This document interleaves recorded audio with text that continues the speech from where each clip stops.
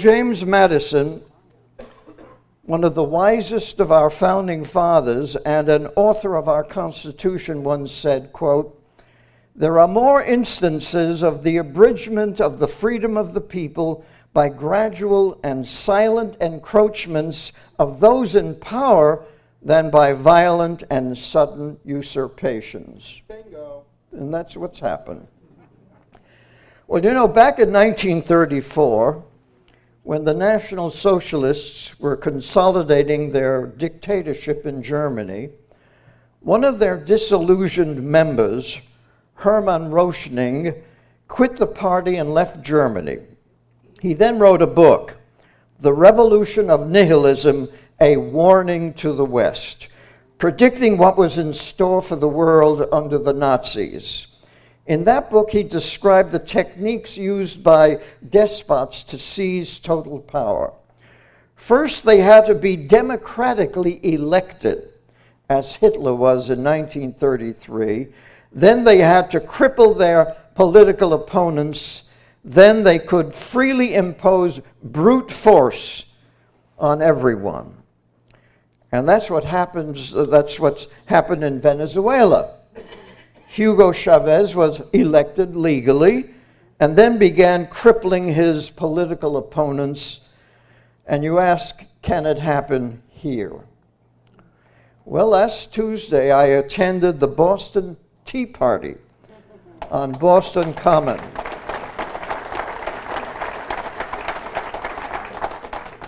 And it was a beautiful day. Blue skies, sunlight, it was gorgeous. It attracted between 5,000 and 10,000 patriots. You never know how many altogether because some stay for a certain amount of time, then they leave, others come. And it was the most stirring political gathering I've ever attended. And the main theme expressed by every speaker was the need to restore constitutional principles to our government. One of the songs we listened to was written by a comedian from Saturday Night Live, a lovely blonde young lady. And these were her lyrics. She said, "There's a communist living in the White House, and we gotta get him out." They don't mince words, do they? You know, today, socialism is the S word. It's not mentioned. Have you ever heard it mentioned in the mainstream media? Or communism, the C word. That's never mentioned. All you have to do is watch these Sunday broadcasts, you know, all of the Face the Nation and all of that, and they rarely ever use those terms because they've become, you just don't talk about them. So you get all these talking heads, and you know that they're talking nonsense because they will not get down to the real brass tacks that this country is in a war against a communist takeover. You see, they will not deal with that.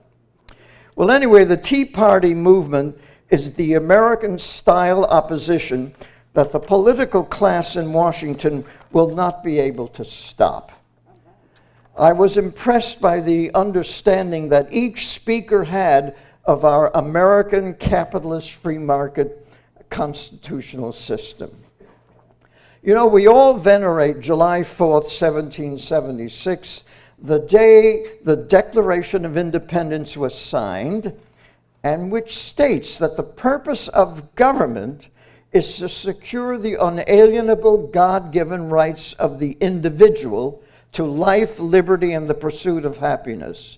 That is the purpose of government. Today, the purpose of government is to execute Barack Hussein Obama's orders. That's the present purpose of government. It's not to defend the unalienable rights of the citizens. Forget about that. But on March 21st, 2010, a day that will live in infamy, our constitutional republic was murdered by the Democrats in Congress and signed by the president. We are now living under a socialist form of government with unlimited powers, and the new purpose of government is to execute the orders of Barack Hussein, Obama. Although all of those socialist politicians took an oath to defend and protect the Constitution of the United States, they have actually thrown it into the trash. They don't even believe the oath that they take. You see, to them it's a pro forma. It means nothing to them. Well, how did all of this start? This radical change did not happen overnight. For socialists, it was the culmination of a very slow, arduous process which they knew would take decades to achieve. And they never for a moment lost their desire or vision for that goal, even though socialism in practice has been responsible for some of the greatest crimes against human beings in all of human history. Millions have been murdered in the name of socialism, but even hindsight teaches socialists nothing.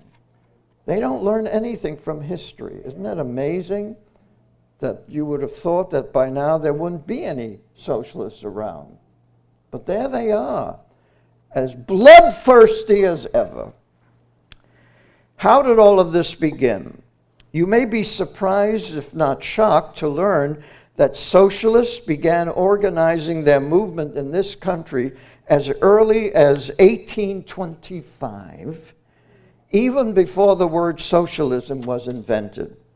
It all began when a self-appointed messiah by the name of Robert Owen, an English manufacturer, came to America to set up the first secular communist colony in New Harmony, Indiana. See, it didn't happen in Russia first. It happened here first. New Harmony, Indiana. Wonderful place to visit, incidentally. He believed that the new young country of America was the perfect place in which to create a new collectivist social system for the human race. The key dogma in Owen's system was the notion that man's character had been deformed by religious brainwashing and that only rational education could correct it. Of course, the term brainwashing was not used in those days, but the idea was the same. Owen's cure for all of society's ills was the reformation of mankind through a new kind of secular, scientifically oriented education. Thus, in founding New Harmony, education was to be of prime importance in creating socialist utopia.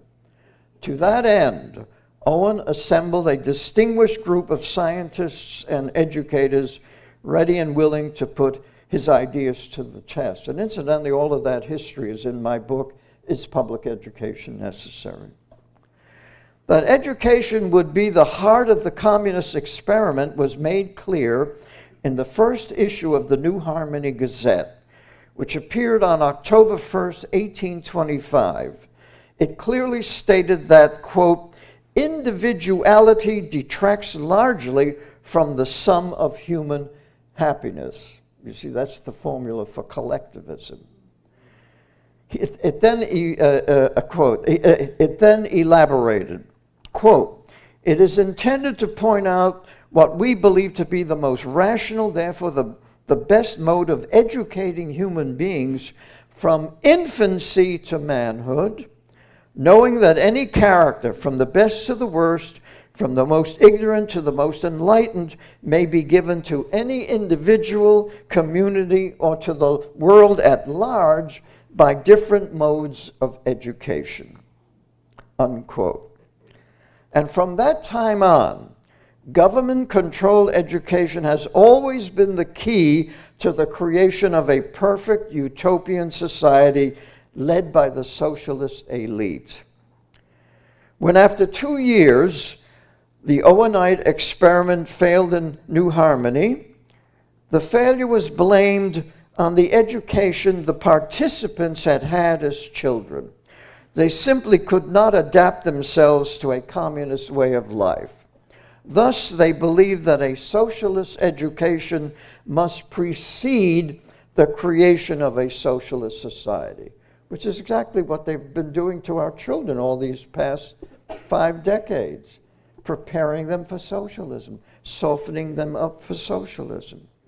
By the way, when the Bolsheviks took over Russia in 1917, they realized that the middle-class bourgeoisie would never be able to adapt themselves to communism, and that is why millions of them were sent to the labor camps in Siberia or eliminated. Pol Pot did the same thing in Cambodia, just killing millions of individuals educated under the old system because they were unfit for the new communist utopia. And incidentally, they could spot anyone who had an education because they wore glasses. If you wore glasses, you were eliminated. Since the Owenites were atheists and very unpopular with the American people, they decided to go underground and promote the idea of a national government education system by organizing conspiratorial secret societies to do the promoting. One of the members of that conspiracy, Orestes Brownson, later converted to Catholicism and revealed the existence of the conspiracy. He wrote, quote, "The great object was to get rid of Christianity and to convert our churches into halls of science. The plan was to establish a system of state, we said national schools, from which all religion was to be excluded, in which nothing was to be taught but such knowledge as is verifiable by the senses, and to which all parents were to be compelled by law to send their children." Of course, that's happened. You know, all religion has been taken out of the schools. The first thing to be done was to get this system of schools established. For this purpose, a secret society was formed, and the whole country was to be organized somewhat on the plan of the Carbonari of Italy. The Carbonari were the Illuminati organized in Italy. The organization was commenced in 1829 in the city of New York, and to my own knowledge was effected throughout a considerable part of New York State. How far it was extended in other states or whether it is still kept up, I know not, for I abandoned it in the latter part of the year 1830 and have since had no confidential relations with any engaged in it. But this much I can say, the plan has been successfully pursued, the views we put forth have gained great popularity, and the whole action of the country on the subject has taken the direction we sought to give it, unquote.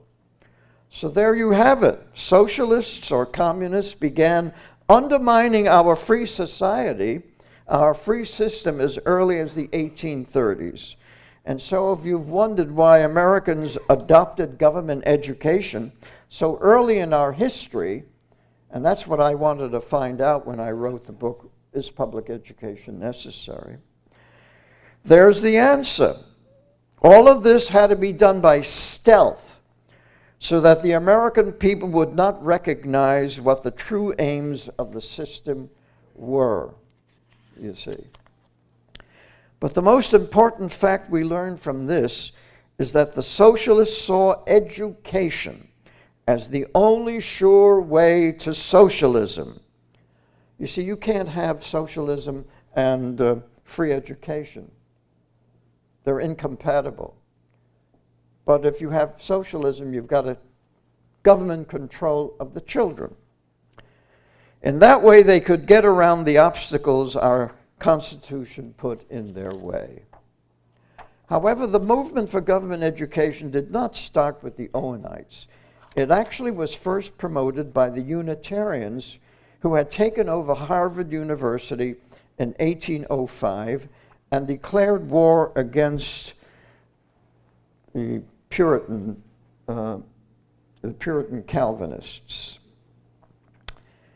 They became the new liberal elite, and their aim was to get the children out of Calvinist schools by creating a system of secular government schools.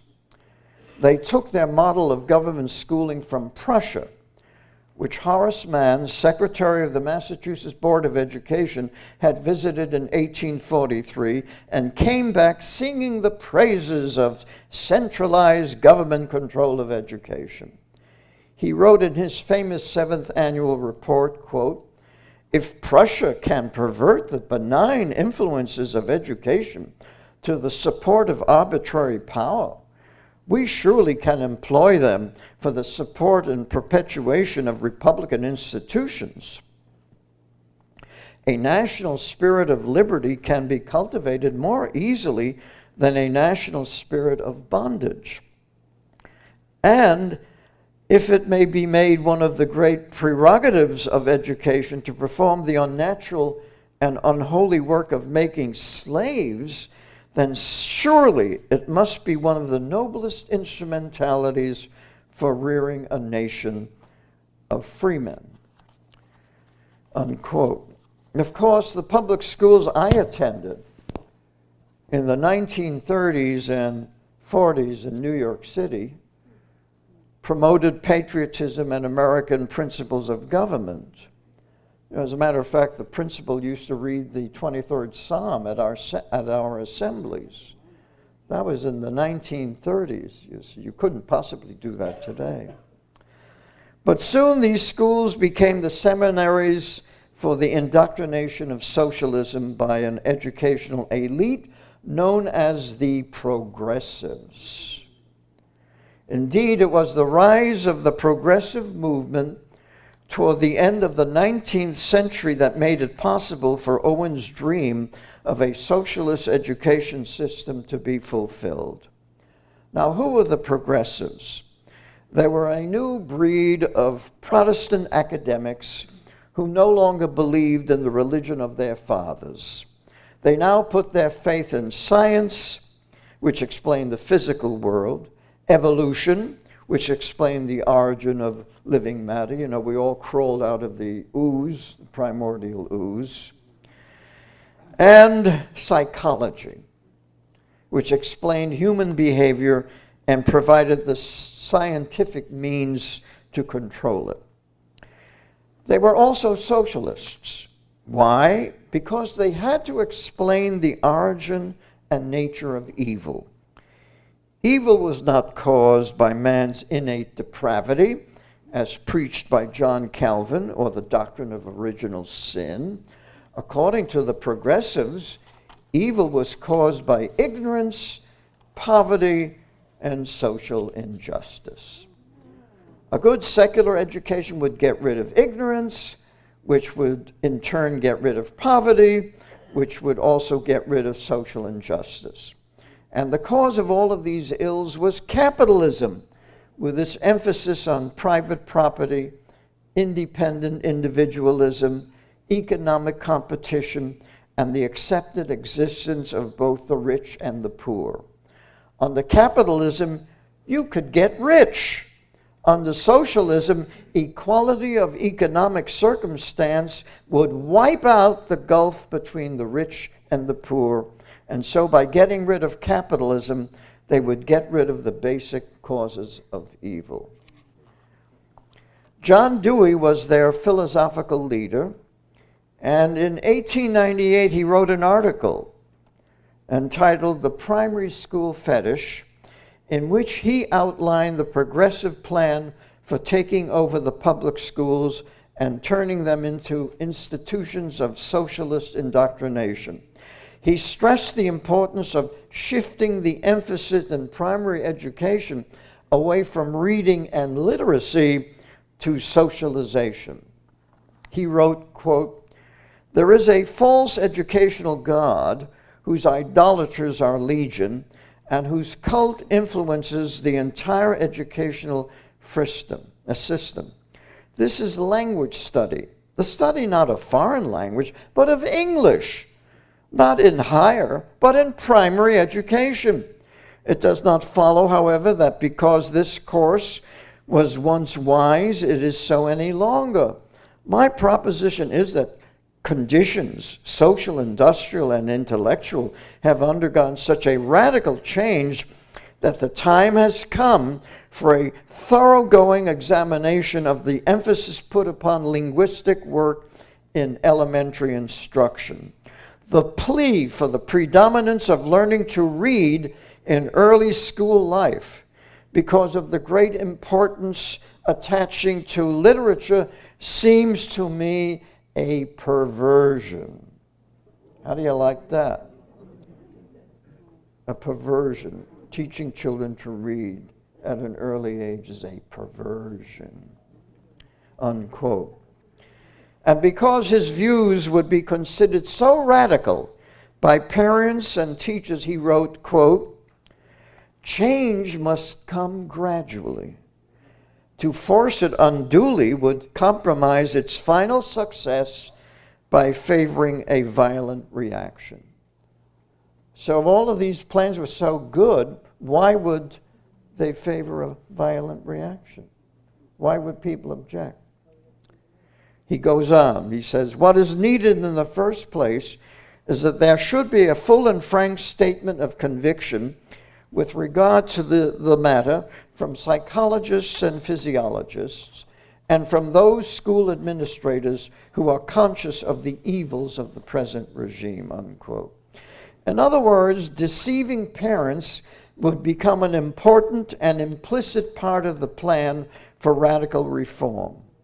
And psychologists, of whom Dewey was one, would play an important part in creating this elaborate deception. Dewey then wrote, quote, "There are already in existence a considerable number of educational experiment stations which represent the outposts of educational progress. If these schools can be adequately supported for a number of years, they will perform a great vicarious service," unquote. Indeed, Dewey himself conducted such an experimental school at the University of Chicago, and the book he wrote about that experience, The School and Society, became the Bible of progressive education and the basis of 20th century school reform. Incidentally, one of the new experimental schools that used the new progressive curriculum was the Lincoln School at Teachers College at Columbia University. John D. Rockefeller Jr.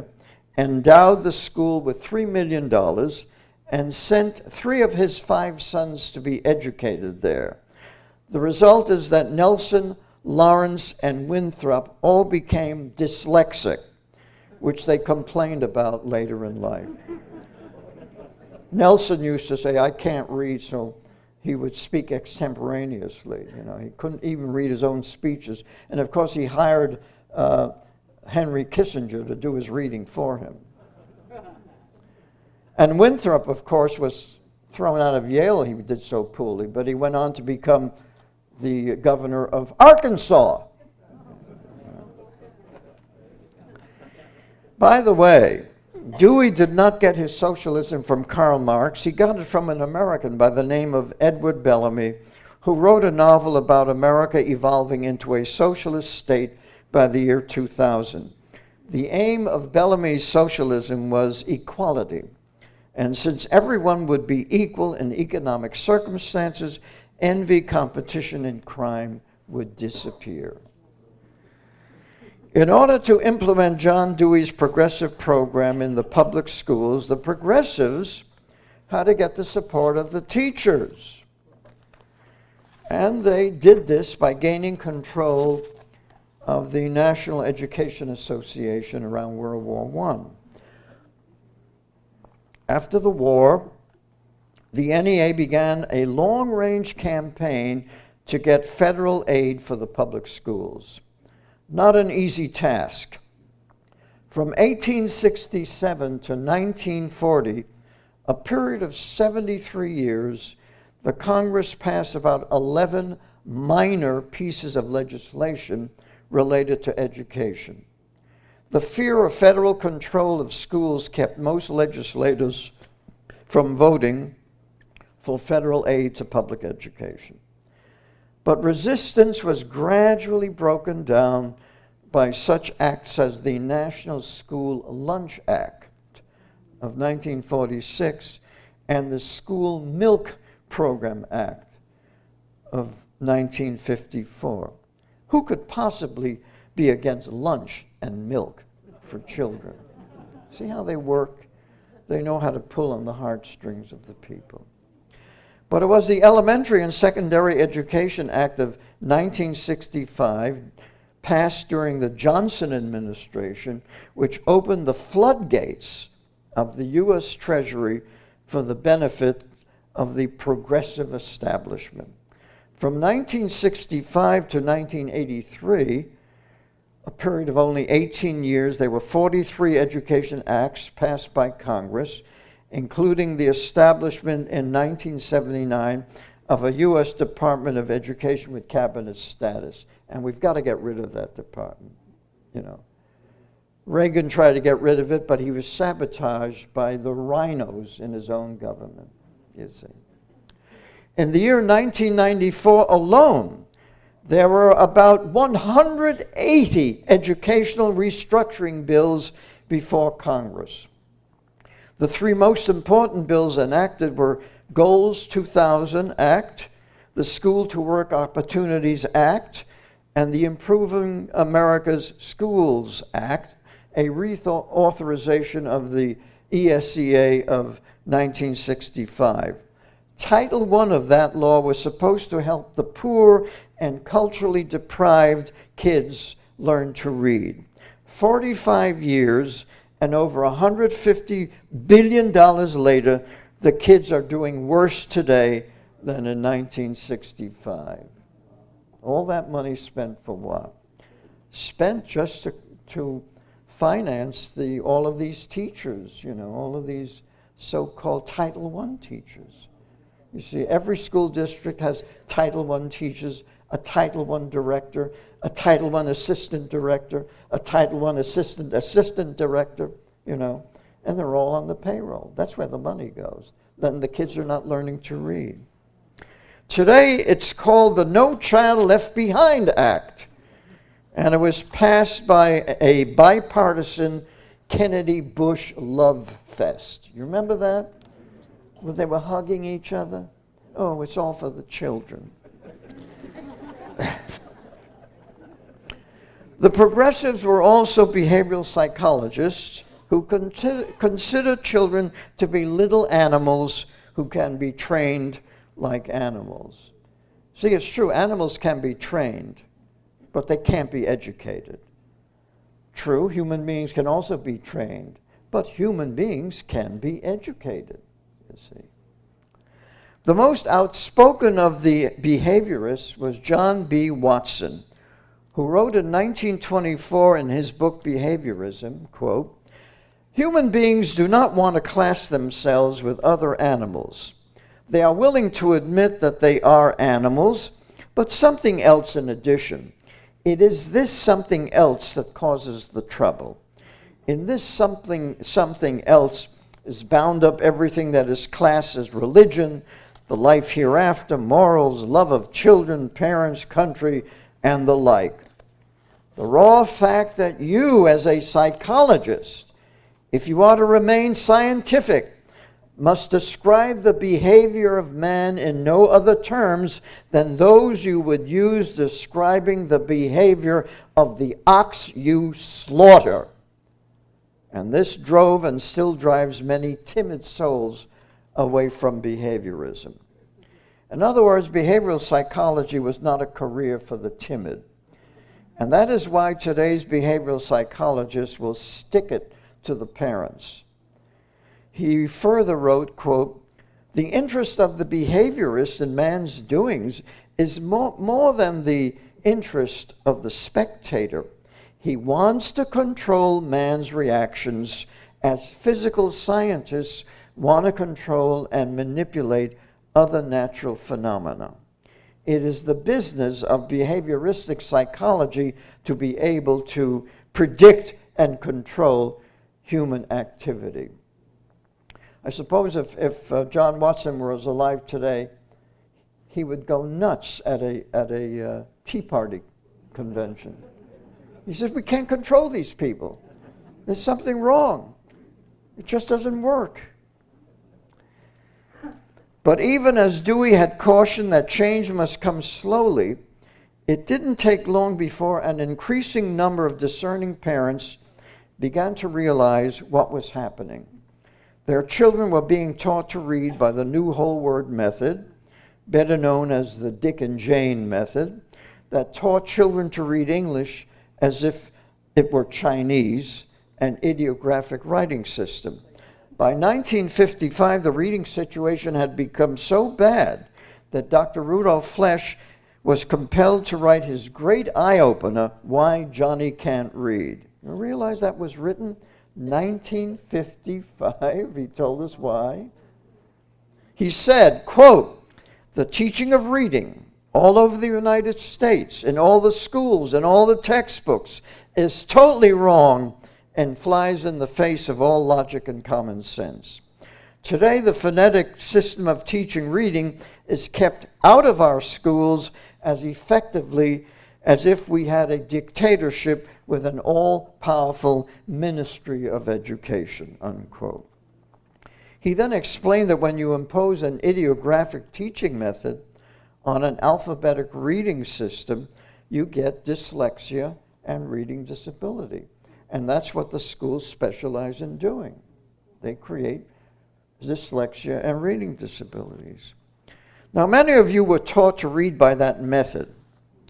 Do you remember those great literary gems as Dick, look Jane, look, see Dick, see, oh see Dick, oh see Dick, oh, funny Dick. Most of you thought that was nuts, right? You said, this is crazy. You wondered what the heck is going on in this school, you know. Nobody talks this way, you know. The kids were smarter than the teachers, but they couldn't say anything because what did mother say? Don't, obey your teacher, you see. And so the kids just repeated all of this insane stuff. Of course, that kind of inane repetition does not teach a child to read. It is based on the behaviorist animal conditioning techniques perfected in this country by Edward L. Thorndike at Columbia University and in the Soviet Union by Professor Pavlov.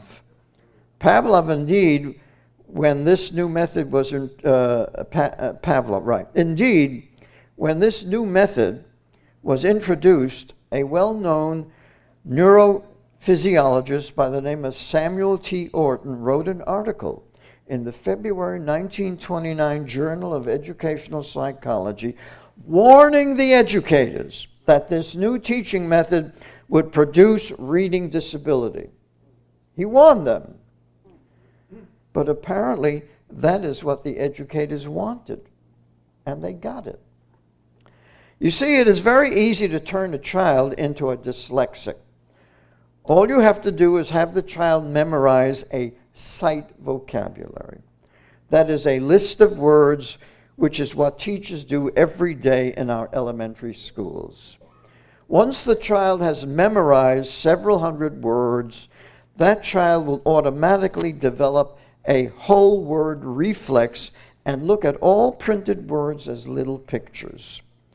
And if you look at a word as a picture, you won't necessarily look at it from left to right or right to left. You will look for something in that word that will remind you of what it says. It's very easy to spot a sight reader.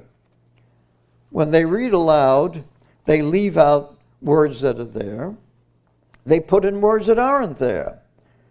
They read words backwards.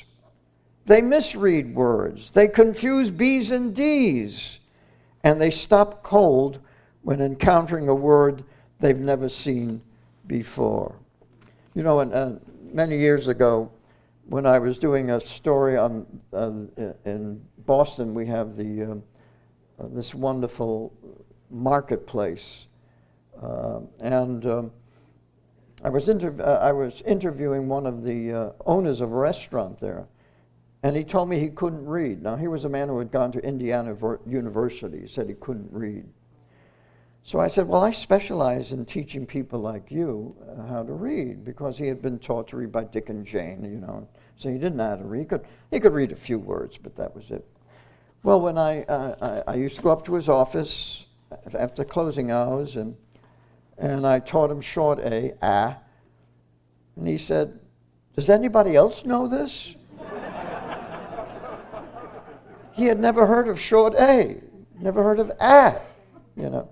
So I taught him the alphabetic system and the letters, and he learned to read very nicely. It was no big deal. He was a very intelligent man. He could not understand why he had been deprived of this all these years and had to suffer as a functional illiterate. But I told him, hey, this was done to you. It's not your fault. Anyway, incidentally, the old Dick and Jane method has evolved into something called whole language, in which they mix some phonics with whole word memorization. It is called a balanced approach. But that balanced approach is deceptive in that it does not teach intensive systematic phonics. It merely gives the child some phonetic clues which he must think about if he wants to use them. What can parents do to prevent their children from becoming victims of this great teaching fraud? The best solution is to teach your child to read at home. And this can be done very simply with Alpha Phonics, the reading program I developed to enable any parent to teach a child to read at home without having to take a course in reading instruction. Any parent can do it. And I developed it specifically to enable parents to do it at home, because I knew that the schools were not going to do it. True, some children do learn to read in school because for some reason or other they're able to figure out the system. And some of them have photographic memories. But many children, of course, can't, as we all know. If you're curious about the philosophy behind whole language, here's a description of it given in a book entitled Whole Language, What's the Difference?, written by 3 whole language professors in 1991. We read on page 19, quote, from a whole language perspective, reading, and language use in general, is a process of generating hypotheses in a meaning-making transaction in a socio-historical context. I'm sure you all got that, right? As a transactional process, reading is not a matter of getting the meaning from the text, as if that meaning were in the text waiting to be decoded by the reader. Rather, reading is a matter of readers using the cues print provides and the knowledge they bring with them of language subsystems of the world to construct a unique interpretation. Moreover, that interpretation is situated. Readers' creations, not retrievals of meaning with text, vary depending on their purpose of reading and the expectations of others in the reading event. This view of reading implies there is no single correct meaning for a given text, only plausible meanings, you see, unquote. So, of course, when we read, see Dick, funny, funny Dick, you don't know what it means, It could mean something else. And if that doesn't convince you that these professors are nuts, read what they say on page 32. Quote, whole language represents a major shift in thinking about the reading process. Rather than viewing meaning as getting the words, whole language educators view reading as essentially a process of creating meanings. See, it doesn't matter what the author has written. You can create your own meaning, you see. Meaning is created through a transaction with whole meaningful texts of any length that were written with the intent to communicate reading. It is a transaction, not an extraction of meaning from the print. in the sense that the reader-created meanings are a fusion of what the reader brings and what the text offers. Although students who learn to read in whole language classrooms are, like all proficient readers, eventually able to read or identify a large inventory of words, learning words is certainly not the goal of whole language. Would you ever, unquote, would you ever trust a whole language reader to read a contract? No. You know, if they're going to interpret it, how is that going to stand up in court? You know, oh, well, I thought the contract said this, because that's my interpretation, you see. And I'm a whole language reader. Now, you might think that all of this pedagogical insanity is taking place in some kind of political vacuum. Nothing could be farther from the truth. Whole language practice is very politically oriented. We read on page 23, quote, "Learning is a social process. Although whole language educators accept the importance of learning through individual interactions with the environment, they lean more heavily on Vygotsky's ideas about the social nature of learning. Whole language takes seriously Vygotsky's notion of the zone of proximal development, which entails stressing the importance of collaborations between students and teachers and between peers, through which students can transcend their own individual limitations," unquote. Well, you might ask, who is Vygotsky? Well, Lev Vygotsky was a Soviet psychologist who worked with Pavlov's colleagues in the State Institute of Experimental Psychology in Moscow in the 1920s and 30s. John Wirtz, Vygotsky's biographer, writes, quote, "It is important to note that Vygotsky was a staunch advocate of dialectical and historical materialism.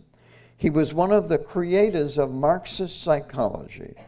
People such as Vygotsky and his followers devoted every hour of their lives to making certain that the new socialist state, the first grand experiment based on Marxist-Leninist principles, would survive," unquote.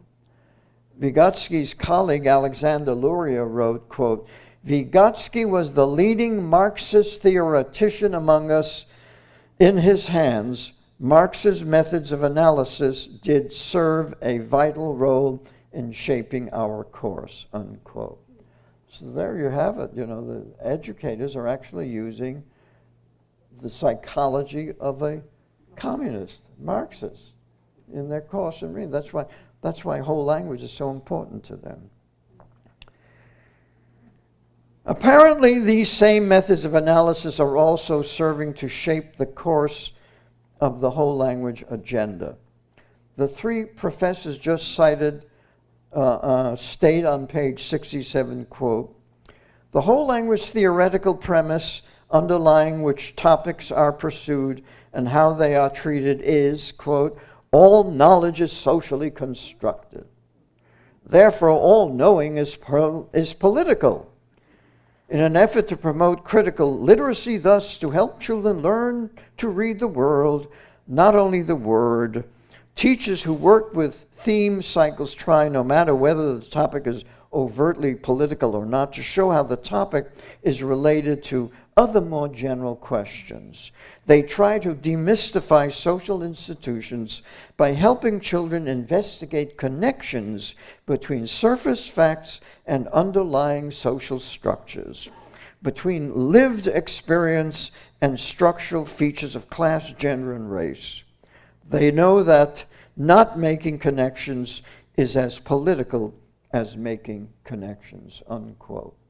So you can see how thoroughly political this whole business is, how they've used the teaching of reading as a means of creating little socialists. Very clever, you know. And they get away with it. Because who reads these books? Other educators. You're probably the first general audience to hear what they actually say in these books, you see. Because people like me are willing to read these boring books to bring all this information to you.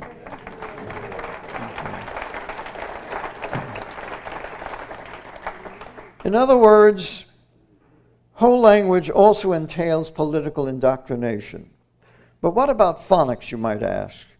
We get a very good idea of what whole language indoctrinators think of phonics in a book entitled Evaluation, Whole Language, Whole Child. We read on page 19, quote, "The way you interpret what the child does will reflect what you understand reading to be. For instance, if she reads the word feather for father, a phonics-oriented teacher might be pleased because she's come close to sounding the word out. However, if you believe reading is a meaning-seeking process, you may be concerned that she's overly dependent on phonics at the expense of meaning. You'd be happier with a miscue such as daddy, even though it doesn't look or sound anything like the word in the text. At least the meaning would be intact." Unquote. My response to that kind of imbecilic pedagogy is that any child who looks at the word father and says daddy can't read. It's as simple as that. But tell that to a whole language teacher. Meanwhile, we the taxpayers are paying for all of it. But it is now time for us to deal with the thorny issue of government education.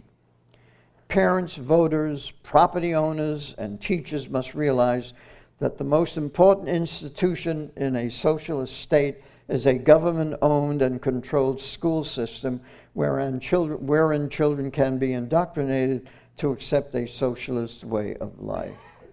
And now you hear of schools all over the country where children are singing songs of praise to Obama. You know, we have now the cult of personality, like they used to sing songs to Stalin. North Korea, they sing songs to whoever his name is.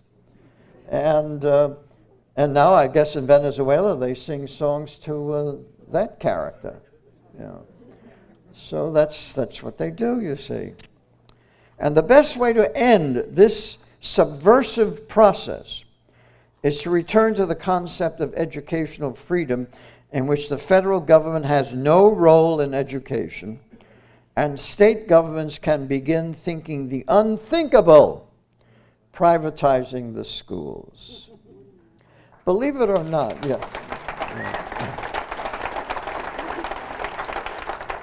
See, we've got to get government out of education. Government does not belong here. It's a parental responsibility, and it's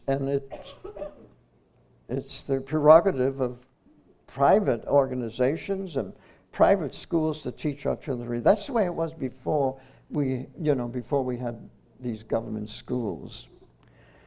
Believe it or not, local public schools can easily become private institutions governed by local trustees and supported by tuition fees. This would greatly reduce the tax burden on homeowners and provide more than enough resources to pay for the tuitions of poor families. The cost of education would decrease dramatically, since education would once more become reality-oriented, wherein the fundamental academic subjects would be taught without the added costs of progressive educational malpractice. Individual intelligence and literacy would be enhanced, while collectivist groupthink would be gotten rid of. But most compelling of all, the drive towards socialism would be stopped, for you cannot have socialism without government-controlled education. One moment. Can this be done? It has to be done. If not, we will get more illiteracy, more failure, more student misery. Listen to what liberal professor Anthony G. Ottinger of Harvard University, a member of the CFR, by the way, told an audience of communications executives in 1982 about the future of education. Quote, "The present traditional concept of literacy has to do with the ability to read and write. But the real question that confronts us today is how do we help citizens function well in their society? How can they acquire the skills necessary to solve their problems? Do we, for example, really want to teach people to do a lot of sums or write in a fine round hand when they have a $5 handheld calculator or a word processor to work with? Or do we really have to have everybody literate, writing and reading in the traditional sense, when we have the means through our technology to achieve a new flowering of oral communication?" And you know what that is, that's rap, oral communication. He goes on, "What is speech recognition and speech synthesis all about if it does not lead to ways of reducing the burden on the individual of the imposed notions of literacy that were a product of 19th century economics and technology? It is the traditional idea that says certain forms of communication, such as comic books, are bad. But in the modern context of functionalism, they may not be all that bad," unquote. I doubt that there are many parents in America who send their children to school to learn to read comic books. If anything, they want their children to be taught to read and write in the traditional manner. They don't consider learning to read as a burden imposed on the individual. Rather, if taught properly, learning to read can be a joyful experience for children eager to explore the wonderful world of the written word, as we all not so long ago witnessed in the amazing popularity of the Harry Potter books. Remember that? All these kids suddenly, and incidentally, those Harry Potter books were not small books. They were 600 pages, 700 pages, and the kids ate them up. And they enjoyed them. Widespread literacy, by the way, is not the product of the 19th century forces. It was the product of the 16th century Reformation, in which the need to be able to read the Bible became the imperative for universal literacy. In a Christian civilization, everybody has to be literate. But of course, Professor Ottinger thinks differently. He believes that literacy is only for the ruling cognitive elite. Yet, we have compulsory school attendance for everyone, which Professor Ottinger does not want to abolish. Yes, he wants all of your children in the government schools, but he and his colleagues will decide who will become literate and who will not. See, what an evil system that they are proposing. See how their minds work? To deliberately create illiterate children that they can control. But if you want your child to become literate, despite Professor Ottinger, you can do it by getting alphaphonics and teaching your children to read at home. It's right there in the back. You want to buy it. But the millions of parents who send their children to the government schools soon discover that their child is learning disabled or dyslexic because of the teaching methods used in the schools. And because many of the children who cannot learn to read become frustrated and angry and act out in the classroom, do educators offer a cure: Ritalin and other mind-altering drugs. Even some liberals are concerned about the decline of literacy in America. In 2007, the National Endowment for the Arts issued an alarming survey, Reading at Risk. The endowment chairman, Dana Gioia, stated, quote, "This is a massive social problem. We are losing the majority of the new generation. They will not achieve anything close to their potential because of poor reading," unquote. But of course, he did not offer the simplest solution. Teach the kids to read with intensive systematic phonics. See, we're not looking for a cure for cancer. We know how to teach reading. It was done when I was going to school. It was done, in the early days of this country. But they're not going to go back to that because the socialists control the system and they want to continue to dumb down everyone. According to this report, the number of 17-year-olds who never read for pleasure increased from 9% in 1984 to 19% in 2004. Almost half of Americans between the ages of 18 and 24 never read books for pleasure. Why? Because reading has become a painful, tortuous exercise that they wish to avoid. The simple truth is that literacy is not at all difficult to achieve, provided the right teaching methods are used. Indeed, the homeschool movement has already proven that parents can actually do a better job of teaching reading than our high-priced professionals.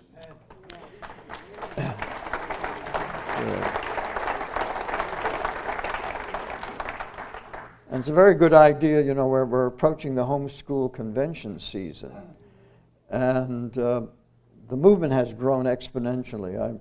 I remember when we had our first homeschool convention in Massachusetts 20 years ago, about 300 parents showed up. Last year, 3,000 parents showed up, and they had to rent the Worcester Convention Center, And you've got all these vendors and all this wonderful stuff that's been created for homeschooling. And it's all there. And they listen to lectures and the discussions. It's incredible, incredible. It has also been shown that children progress better academically when taught at home, and that the cost of educating a child at home is less than $1,000 a year. And how much are we spending on the kids in the public schools? Incredible amount of money. We spend more money on education than in the history of the world, and the results are the worst that we've ever had. The plain, unvarnished reality is that the public schools have become a criminal enterprise. Hear that? Our public schools have become a criminal enterprise. Our educational leaders are engaged in a deliberate, well-planned conspiracy to dumb down the American people. Isn't that a crime? Indeed, back in 1983, the National Commission on Excellence in Education reported, quote, "If an unfriendly foreign power had attempted to impose on America the mediocre educational performance that exists today, we might well have viewed it as an act of war. As it stands, we have allowed this to happen to ourselves," unquote. Why aren't our educational leaders being held responsible for this act of war against our people? Should not the deliberate dumbing down of an entire nation be considered a crime of gigantic proportions? What about the deliberate use of teaching methods that cripple the brains of our children? Is that not also a crime? Medical malpractice is a punishable offense, but educational malpractice is not. And the educators manage to extort more and more money from a gullible public to keep doing what they've been doing for decades. Is not extortion a crime? See, that's what they do. They extort money from us. Our educators have also become drug pushers. Drug pushers are supposed to be criminals, right? Forcing 6 million children to take mind-altering drugs so that they won't be able to resist the harm being done to them in the classroom. Is turning a normal child into a drug addict not a crime? What about exposing children to virtual pornographic sex education, in which they are taught that perversion is perfectly normal? Is that not a kind of child molestation that should be labeled a crime? Sex education has become a battering ram against a child's religious morality. As a result, millions of children are condemned to lives as functional illiterates, mentally stunted, spiritually empty, and morally vulnerable. Nor do we know how many children have been led to suicide by satanic death education, which has been marbleized into the curriculum. Writing one's obituary, visits to funeral parlors and cemeteries are part of the death education program. Our government schools now produce ignorance, illiteracy, moral depravity, assaults, and massacres. There were no massacres when I was going to school. We loved our teachers because our teachers were doing good. They were helping us learn. They didn't interfere with our religious beliefs. They didn't want us to become atheists. And so we loved them. And the schools were immaculate. And nobody burned them down. And there was no vandalism. But today we've got massacres in the schools. Can you imagine? So the children are in danger physically in the schools. We've got shootings, assaults, massacres. And most American parents still send their children to these institutions because they are free and have a great football team. But what a price many of their children will pay for the rest of their lives. I could go on, but I know you get the message. We are where we are today because we let our guard down. As a result, we are now in a fight for our lives, our freedoms, and the future of our children. It is not where we expected to be in the year 2010. But as long as we still have the vote, we may be able to reverse the situation without violence. Lenin once said, quote, "The way to crush the bourgeoisie is to grind them between the millstones of taxation and inflation," unquote. Which reminds us that it was unjust taxation that was the catalyst for the first American Revolution. True to his communist beliefs, Obama and his socialist cronies are using the Leninist model to grind us down.